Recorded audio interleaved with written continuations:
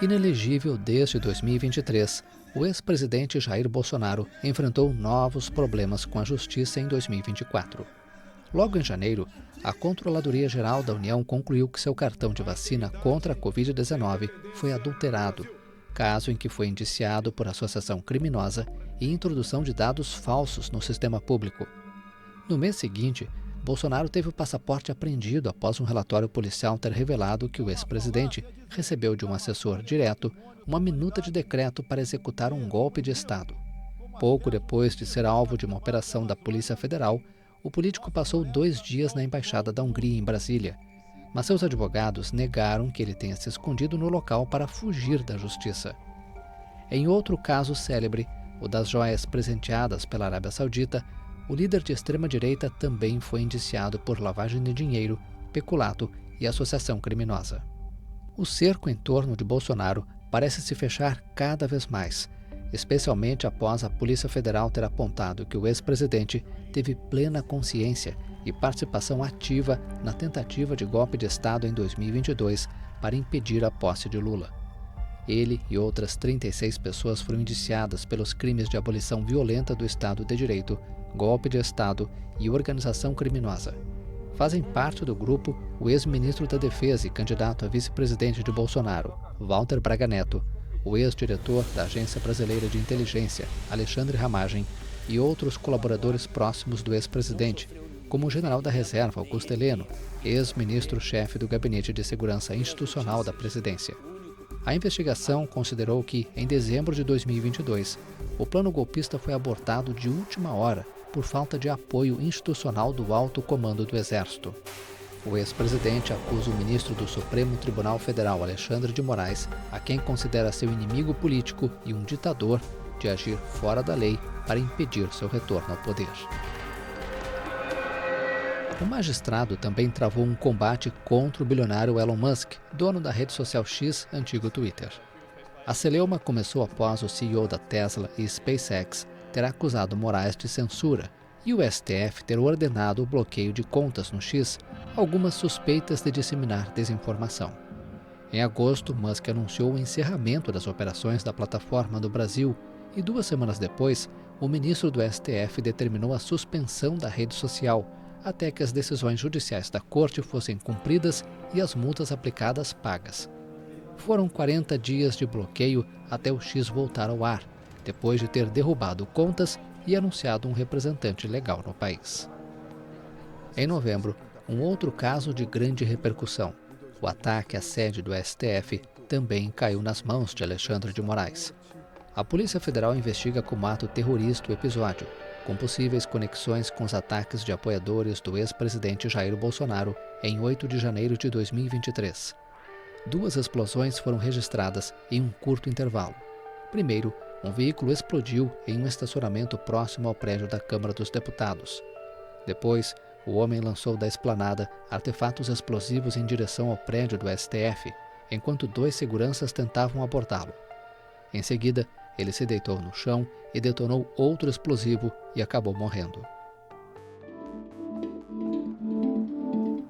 Quase 10 anos depois do rompimento de uma barragem em Mariana, maior tragédia ambiental da história do Brasil, as empresas Vale e BHP chegaram a um acordo com autoridades nacionais para o pagamento de uma indenização de 170 bilhões de reais. As partes já haviam concordado em 2016 com um plano de indenização de 20 bilhões de reais. Mas novas negociações foram iniciadas por descumprimentos das indenizações, demandas por valores mais altos e lentidão da justiça na resolução dos litígios. O acordo contempla obrigações passadas e futuras para atender aos atingidos e reparar os danos ambientais causados pelo rompimento da barragem. Na Inglaterra, a BHP enfrenta uma ação coletiva relacionada à tragédia de Mariana, na qual indenizações de até 267 bilhões de reais foram solicitadas para os 620 mil atingidos. Outro caso há anos na Justiça evoluiu em 2024. Rony Lessa e Elcio Queiroz, acusados de serem os executores do assassinato da vereadora Marielle Franco e de seu motorista Anderson Gomes, foram condenados a 78 e 59 anos de prisão, respectivamente.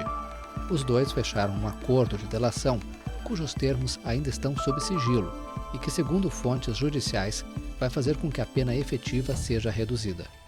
Familiares comemoraram o resultado, mas destacaram que ainda é preciso condenar os mandantes do crime. Um julgamento iniciado em 2015 chegou ao fim neste ano, quando o STF formou maioria e descriminalizou o porte de maconha para uso pessoal. A mais alta corte do país estabeleceu em até 40 gramas, ou 6 plantas fêmeas de cannabis ativa, a quantidade de maconha para caracterizar porte para uso pessoal e diferenciar usuários e traficantes.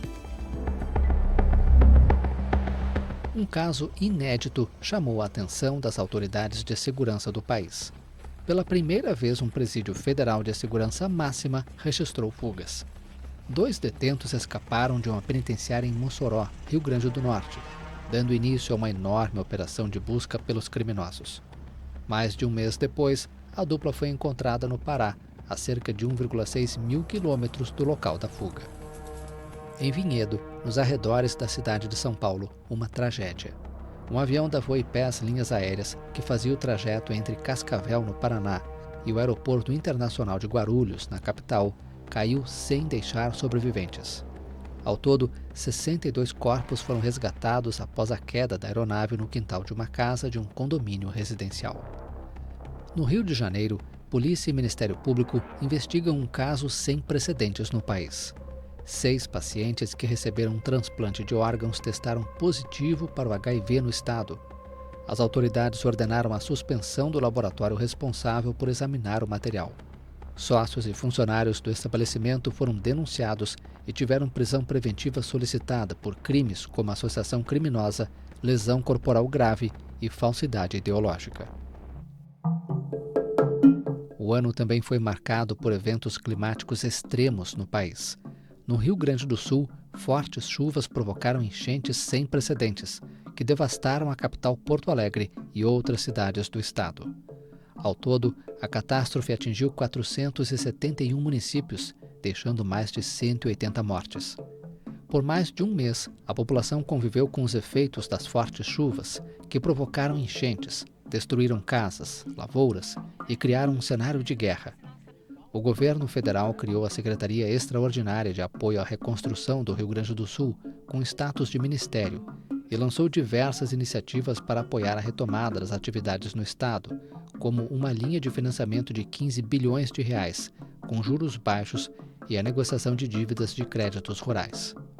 Quem perdeu móveis, eletrodomésticos e outros objetos com as enchentes teve acesso a um benefício de R$ 5.100, com uma estimativa de alcançar 200 mil famílias, a um custo de 1,2 bilhão.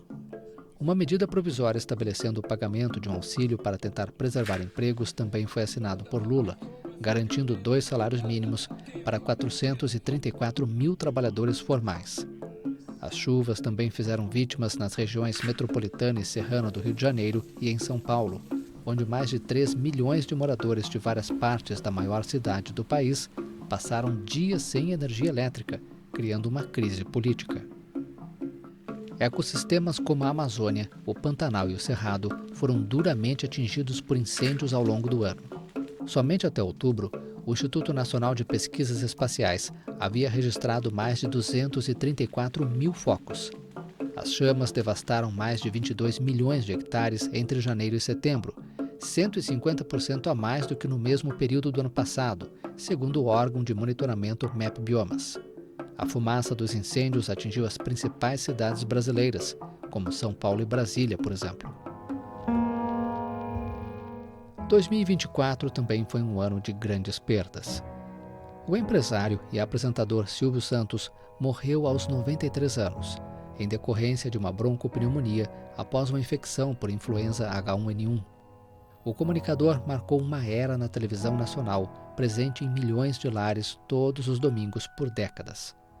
Aos 91 anos, o cartunista e escritor Ziraldo, criador do personagem Menino Maluquinho e de outras obras infantis de grande sucesso, morreu enquanto dormia em casa. Um dos pioneiros da bossa nova, Sérgio Mendes, morreu aos 83 anos em Los Angeles, Estados Unidos, onde morava ao lado da esposa e dos filhos. A família do niteroiense informou que o músico convivia com problemas de saúde devido aos efeitos da Covid longa. E por falar em música, o maior show do mundo em 2024 foi no Rio de Janeiro. A rainha pop Madonna desembarcou no Rio de Janeiro para um show histórico, o encerramento da turnê em que celebrou seus 40 anos de carreira. Mais de 1,5 milhão de pessoas se reuniram na praia de Copacabana para assistir quase 2 horas e meia de um espetáculo impressionante de cenários, luzes e coreografias.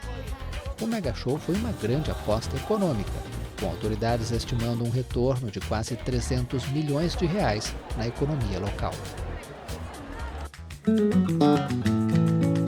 O Rio de Janeiro também foi palco da cúpula do G20, evento que reuniu lideranças das maiores economias mundiais.